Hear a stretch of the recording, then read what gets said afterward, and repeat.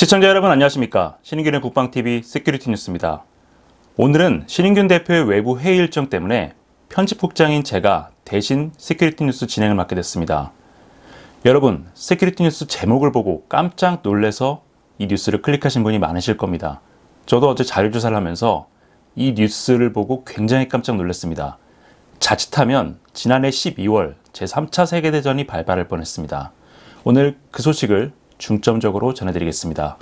오늘 저희가 준비한 소식은 블라디미르 푸틴 러시아 대통령이 5월 9일 전승절 당시 전쟁이란 표현을 사용했죠. 이 전쟁이란 표현을 사용함과 동시에 전시체제 진입 그리고 계엄령 선포 이런 후속 조치들이 있을 것이라는 관측들이 많았는데 이것과 관련해서 푸틴 대통령이 중대한 명령에 서명을 했습니다.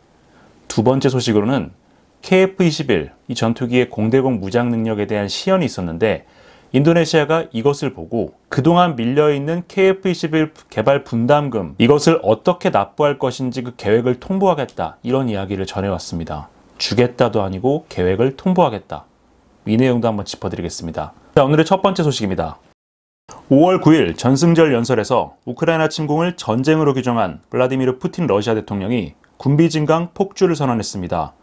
푸틴이 1990년 체결된 유럽 재래식 무기 감축 조약 CFA 탈퇴 법안에 서명했다는 소식입니다.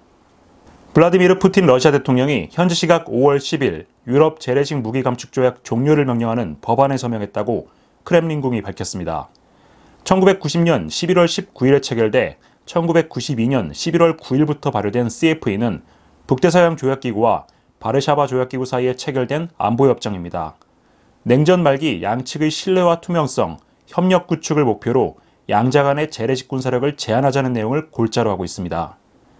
이 조약에 따라 나토와 WTO는 조약 체결일로부터 40개월 이내에 대서양 끝에서 우랄 산맥까지로 규정된 영역에서 전차 4만 대, 야포 4만 문, 장갑차 6만 대, 전투기 13,600대, 헬기 4,000대 이하의 전력만 보유하기로 합의했습니다.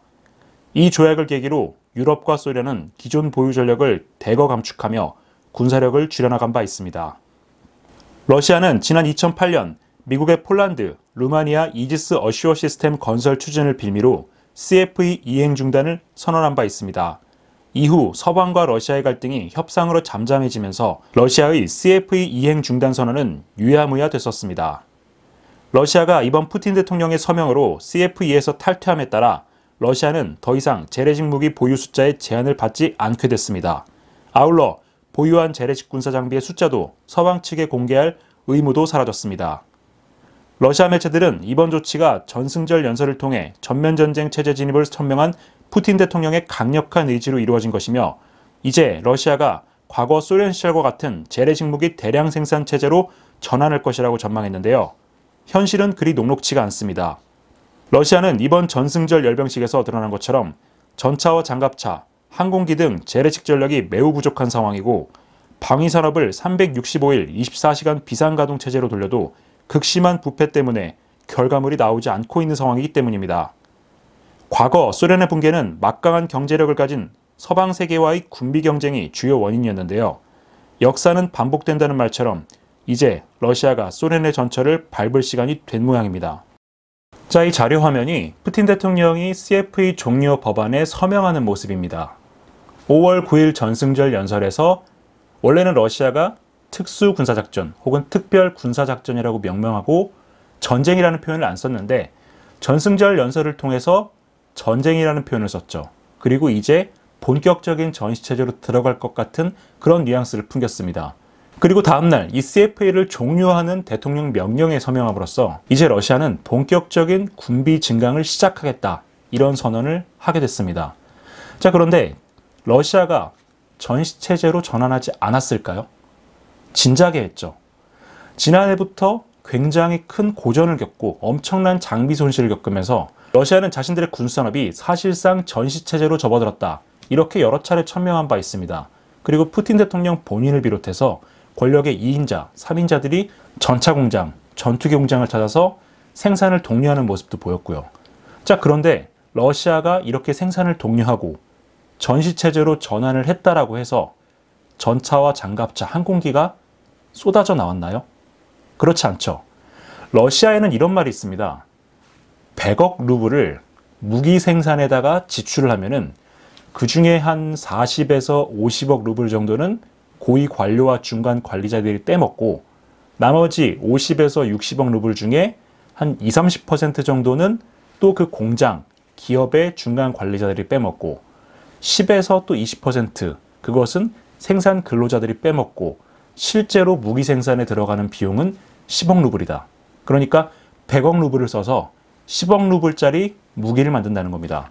저희가 얼마 전에 시큐리티 뉴스를 통해서 전달을 해드렸지만 러시아 방산업체들은 굉장히 높은 임금을 준다고 하면서 노동자들을 끌어오고 일은 계속 시키는데 아웃풋이 없습니다. 예산은 계속 들어가는데 부품은 없고 그러면 부품이 없는 상태에서 공장이 돌아가려면 어떻게 해야 되죠? 만든 것을 다시 뜯어서 재조립하고 이 과정을 계속해서 반복하는 겁니다. 아웃풋이 없다 보니까 이 공장 노동자들에게 줄 인건비도 제대로 마련이 안 되고 있는 거죠. 러시아는 이미 1분기 기준으로 우리 돈으로 40조 원이 넘는 엄청난 재정 적자를 기록을 하고 있습니다. 2분기가 되면은 더 심해지겠죠. 군수 산업을 돌리면 돌릴수록 중간에서 빠져나가는 돈이 많기 때문에 사실 러시아 경제 그리고 정부 재정에는 굉장히 큰 타격이 되고 실로비키 파벌들의 주머니만 불리게 되는 그런 현상이 발생할 겁니다. 소련이 왜 망했나요? 아프가니스탄 전쟁이라는 10년의 수렁에 빠져서 여기에 막대한 전비를 지출했고 1980년대 미국과 이른바 스타워즈라고 해서 엄청난 군비 경쟁을 벌였었죠. 그것을 감당하지 못해서 결국에는 폭삭 주저앉게 됐던 것인데 역사는 돌고 돈다고 했습니다. 결국 푸틴이 1980년대 소련의 전철을 그대로 밟고 있는 것 같습니다. 곧 붕괴한다는 얘기가 되겠죠. 지켜봐야 되겠습니다. 두 번째 소식입니다. KF-21이 계획된 테스트 일정을 성공적으로 수행하며 글로벌 전투기 시장의 다크호스로 급부상하고 있는 가운데 체납국 인도네시아가 다음 달까지 분담금 납부 계획을 통보하겠다고 우리 정부 측에 알려왔다는 소식입니다. 정상 납부 금액에 훨씬 못 미치는 돈을 찔끔찔끔 주면서 공동개발국 지위를 유지해온 인도네시아. 이제는 퇴출이 필요한 때입니다. 인도네시아가 KF-21 공동개발국으로서 납부해야 할 1조 7천억 원 가운데 8천억 원의 분담금을 연체 중인 가운데 이 연체 분담금 납부 계획을 다음 달까지 우리 측에 통보하기로 했다고 방위사업청을 인용 주요 언론이 5월 11일 보도했습니다. 방사청은 지난 5월 9일 경남 사천 한국항공우주산업 본사에서 열린 기자간담회에서 KF-21의 공대공 미사일 무장 능력을 소개하는 자리를 마련했습니다.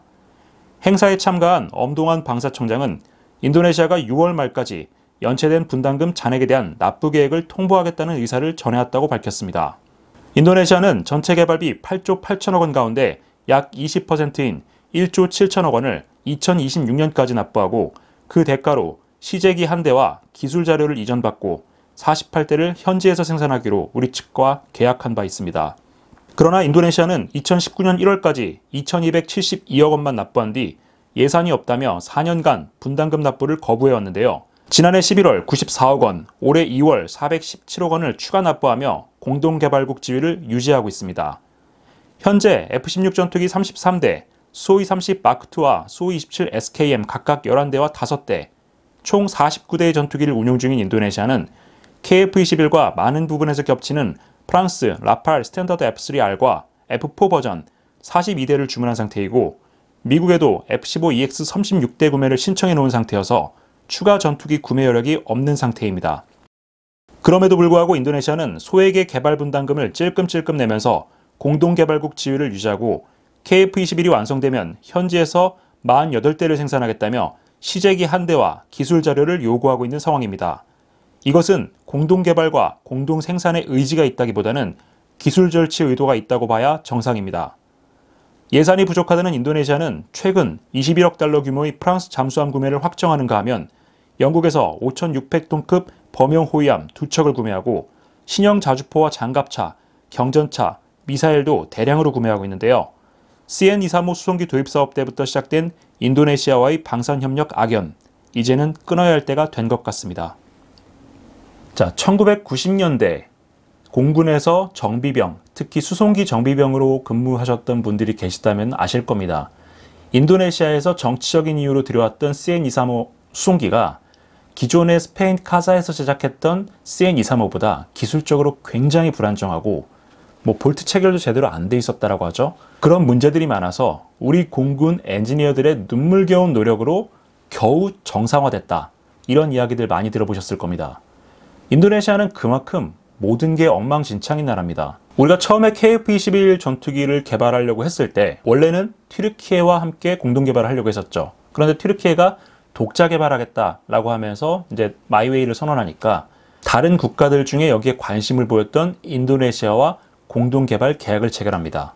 그래서 전체 개발비의 20%를 분담을 하고 그 20%에 맞는 기술 자료 그리고 시제기 한 대를 주기로 했었는데, 자, 그렇다면 공동개발국이면 공동개발국답게 그에 맞는 인력, 그에 맞는 기술, 그에 맞는 예산을 내놔야 되죠. 그런데 문재인 대통령이 취임한 직후에 인도네시아 국방장관이 문재인 대통령이 저도에 휴가 갔을 때 찾아왔죠. 그리고 재협상을 하자. 그리고 이 재협상 이야기가 나온 다음부터 분담금 납부를 계속해서 미루기 시작합니다. 인도네시아는 돈이 없다라고 하는데, 자, 정말 돈이 없는지 이 표를 한번 보시죠. 자, 이 표는 제가 이 아이템을 제작을 하면서 문득 떠오른 최근에 인지했던 근 1년 사이에 있었던 계약들입니다. 미국의 F-15EX 전투기 36대 구매를 신청하고 국무부에서 승인을 받았습니다. 거래 가액이 139억 달러에 달합니다. 조 단위죠. 그것도 10조 단위죠. 현재 미 정부에서 이 판매 승인은 받은 상태인데 보잉이 인도네시아의 지불 능력을 의심하면서 현재 협상이 좀 난항에 있는 상황입니다. 보잉은 굉장히 현명하죠. 돈은 어차피 안 줄 걸 알고 있으니까 이건 좀 못 팔겠다, 이런 입장을 보이고 있는 겁니다. 그리고 36대의 F-15EX 전투기를 도입하려고 하는 것도 참 놀라운데, 이미 프랑스와 지난해 42대의 라팔 전투기를 계약을 했습니다.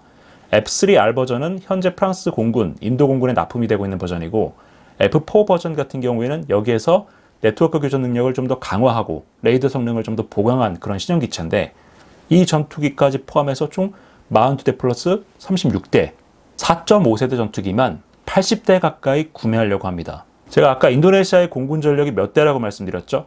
F-16이 33대가 있고 수호이 계열 전투기들이 16대가 있습니다. 그러니까 지금 인도네시아가 도입을 하려고 계약을 했거나 해당 국가로부터 판매 승인을 받은 그 기체 숫자를 합치면은 기존의 인도네시아가 가지고 있는 공군 전투기의 거의 2배 가까이 된다는 얘기입니다. 여기에 KF-21이 비집고 들어갈 자리가 없겠죠. 그리고 표에 나와 있는 에러헤드 140, 이것은 영국제 호위함인데 인도네시아 현지에서 건조를 하겠다고 합니다. 이미 계약을 체결을 했고요. 그리고 고윈드급, 이것은 2000톤대 중반의 프랑스제 호위함입니다. 이것도 지금 2척을 사겠다고 하면서 협상을 진행을 하고 있고, 스콜펜급 잠수함, 아까 본문에서 말씀을 드렸죠. 21억 2천만 달러 규모에서 2척을 사겠다고 했는데, 이것 때문에 우리 대우조선 해양과 계약했던 그 계약이 날아갔습니다. 사실 날아간 것도 아니죠. 인도네시아가 계약을 체결해놓고 돈을 안 주고 버티고 있는 상황이니까요. 브라모스 CDCM, 이것은 인도가 개발한 초음속 대한미사일 해안방어 시스템인데 이것도 지금 2억 달러 규모로 도입을 하려고 협상을 진행하고 있고요. 칸 TBM, Tactical Ballistic Missile에서 전술 탄도미사일입니다. 튀르키예가 만든 전술 탄도탄인데 이것도 도입을 하려고 하고 있고요. 하리마우, 튀르키예와 공동 개발한 경전차입니다. 이것도 지금 18대를 주문을 해놔서 생산을 진행하고 있습니다. 자, 여기 표에 나와 있는 이 금액만 놓고 보면은 인도네시아가 돈이 없어서 KF-X 분담금을 내지 않는 것이 아닙니다. 안 내려는 거죠. 도입할 의사도 없고요. 인도네시아가 이 내지도 않고 있는 이 분담금을 가지고서 계속 시제기를 내놔라, 기술을 내놔라 라고 하고 있는데, 저 같은 경우에는 이 KF-X 사업 초창기 때 인도네시아 기술진들이 대전에 와서 숙식하면서 기술을 배우고 빼가는 장면을 봤습니다. 그때는 돈을 납부를 하고 있었는데 지금은 돈을 납부를 안 하고 있는 상태에서 그 짓을 똑같이 하고 있다는 거죠. 기술 절취죠. 지난 정부에서 무슨 약점이 잡혀서 재협상을 승인을 해주고 분담금을 주지도 않고 있는데 계속해서 인도네시아 기술진들을 이 사업에 참여를 시켜주고 있는지 그것은 모르겠지만은 이제 이 신용불량국 인도네시아와의 이 악연을 끊어낼 때가 됐습니다. 폴란드라는 새로운 파트너가 있을 테니까요. 다음 소식입니다. 폴란드는 지난 1999년 북대서양 조약기구에 가입한 나토 회원국으로 나토의 집단안보 체제의 보호를 받는 나라입니다. 그런 폴란드에 러시아의 전략 순항미사일이 떨어졌다는 소식입니다. 러시아가 전략폭격기에 탑재해 장거리 핵 투발 수단으로 사용하고 있는 KH-55 공대지 순항미사일이 폴란드 북부에 떨어졌으며 현재 폴란드 당국이 이를 조사하고 있다고 비셰그라드 24 등 현지 매체들이 현지 시각 5월 10일 보도했습니다. 이 미사일은 지난 4월 말 폴란드 수도 바르샤바에서 북서쪽으로 약 210km 떨어진 비드고슈치 인근의 자모스크 숲에서 발견됐습니다. 숲을 지나던 주민이 땅에 박혀있던 미사일 잔해를 발견해 경찰에 신고하면서 그 존재가 처음으로 확인됐습니다. 폴란드는 검찰과 공군이 합동조사단을 구성해 해당 미사일 잔해를 조사했는데요. 미사일의 추진체를 분석한 결과 해당 미사일은 러시아의 KH-55로 확인됐습니다. 폴란드 공군은 이 미사일이 지난해 12월 중순 러시아가 우크라이나 전역에 대규모 공습을 가했을 당시 벨라루스 상공의 전략폭격기에서 발사된 것으로 보고 있습니다. 폴란드 공군 조사단은 이 미사일이 항법장치 고장으로 폴란드 방향으로 날아왔고 연료계통 고장으로 숲에 추락한 것으로 보고 있습니다. 폴란드군 소식통들은 이 미사일이 폴란드, 벨라루스 국경에서 380km나 떨어진 비드고슈치 인근까지 날아왔고 연료계통 고장이 없었으면 진행 방향 그대로 날아가 베를린에 떨어졌을 가능성도 있다고 전했습니다. 폴란드 당국은 폴란드 방공망이 이 구식 미사일을 탐지하지 못한 것에 상당한 충격을 받은 것으로 알려졌습니다. 미사일이 발견되지 않고 숲에 떨어졌기에 망정이지 당시 나토 조기경보기가 이 미사일을 식별했으면 3차 세계대전이 일어날 뻔했습니다. 자, 이 사진에서 보시는 이 잔해들입니다. 그리고 여기 쭉 늘어서 있는 이 트럭들은 조사를 위해서 숲에 파견된 폴란드 정부 당국 조사단들이고요. 자, 이 KH-55, 다른 미사일이었으면 사실 이렇게까지 놀랍지도 않았을 겁니다. KH-55는 미국과 전략무기 감축협정에 의거해서 전체 숫자를 통제를 받는 전략미사일입니다. 원래는 여기에 핵탄두가 들어가고요.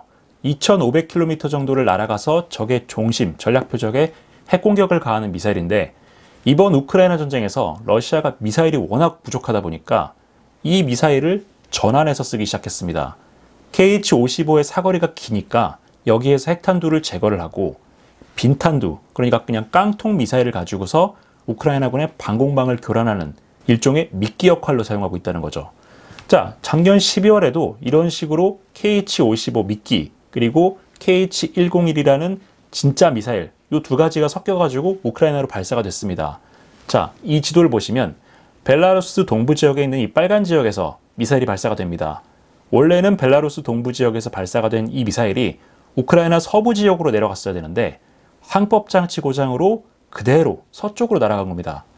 서쪽으로 날아가서 폴란드 국경을 통과하고 380km나 날아가서 독일하고 가까운 인근 지역에 떨어졌다는 거죠. 나토도 이 미사일의 RCS, 그러니까 레이더 반사 면적에 대한 정보를 가지고 있습니다. 만약에 나토 조기경보기가 벨라루스 상공에서 발사된 미사일, 그 미사일이 폴란드 쪽으로 똑바로 날아오고 폴란드 영공에 진입한 뒤에도 계속해서 날아가면서 독일 방향으로 날아가고 있는 것을 발견했는데 RCS 정보를 가지고 이 미사일이 KH-55였다.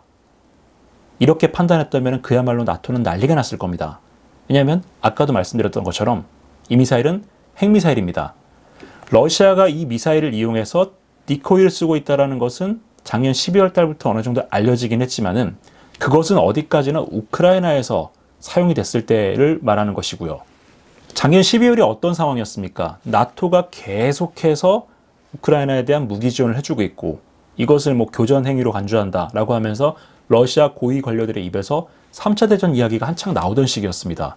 그때 벨라루스에서 발사된 전략 핵 순항 미사일이 그대로 나토 진영으로 들어오고 있었으니까 만약에 이것을 나토가 발견을 했다면 분명히 핵공격 경보를 내리고 대응 체제에 들어갔겠죠. 전쟁이라는 것은 이런 식으로 발생을 합니다. 뭐 계속해서 긴장이 에스컬레이션 되면서 결국에는 꽝 터지는 경우도 있지만은 사실 이런 우발적인 사고를 통해서 그동안 쌓였던 긴장감이 폭발하면서 전쟁으로 비화되는 경우도 비일비재하게 있습니다. 현재까지 나온 정보에 따르면 폴란드 당국은 이 미사일이 폴란드 내륙까지 들어온 것에 대해서 러시아의 고의성은 없다라고 판단을 하고 있습니다. 사실 지금 상황에서는 정치적으로라도 그렇게 해석을 해야 되는 부분이 맞고요. 러시아가 지금 이 순간도 우크라이나에 계속해서 미사일 공격을 가하고 있는데 이 KH-55의 상태가 워낙 좋지 않다 보니까 아마도 추후에도 KH-55나 KH-101 같은 미사일들이 항법장치 오류로 폴란드로 들어가는 경우가 발생할 수도 있을 겁니다. 물론 이제 나토도 이 KH-55에 더 이상 핵탄두가 실리지 않는다는 걸 알고 있기 때문에 이 미사일이 폴란드로 날아오더라도 그렇게 큰 긴장 관계는 조성이 되지 않겠지만은 작년 12월 달에 이런 사태가 발생했으니까 그때 정말 깜놀했을 것 같습니다. 폴란드 당국은 이번 사건으로 정말 가슴을 쓸어내리고 있는데 아마 이번 사건을 계기로 해서 조기 경보기, 그 다음에 방공 시스템의 보강에 대해서 정말 뼈저리게 절감을 했을 겁니다. 아마도 조기 경보기 도입 사업에 나서려고 할 수도 있고요. 방공 체계를 강화하려고 신형 지대공 미사일을 구매하려고 할 수도 있습니다. 지금 최근에 우리하고 폴란드하고 방산 협력이 잘 되고 있는데 이런 소요를 좀 선제적으로 파고들 수 있는 그런 방산 전략도 좀 필요할 것 같습니다. 오늘 저희가 준비한 시큐리티 뉴스 내용은 여기까지입니다. 시청해주셔서 감사합니다.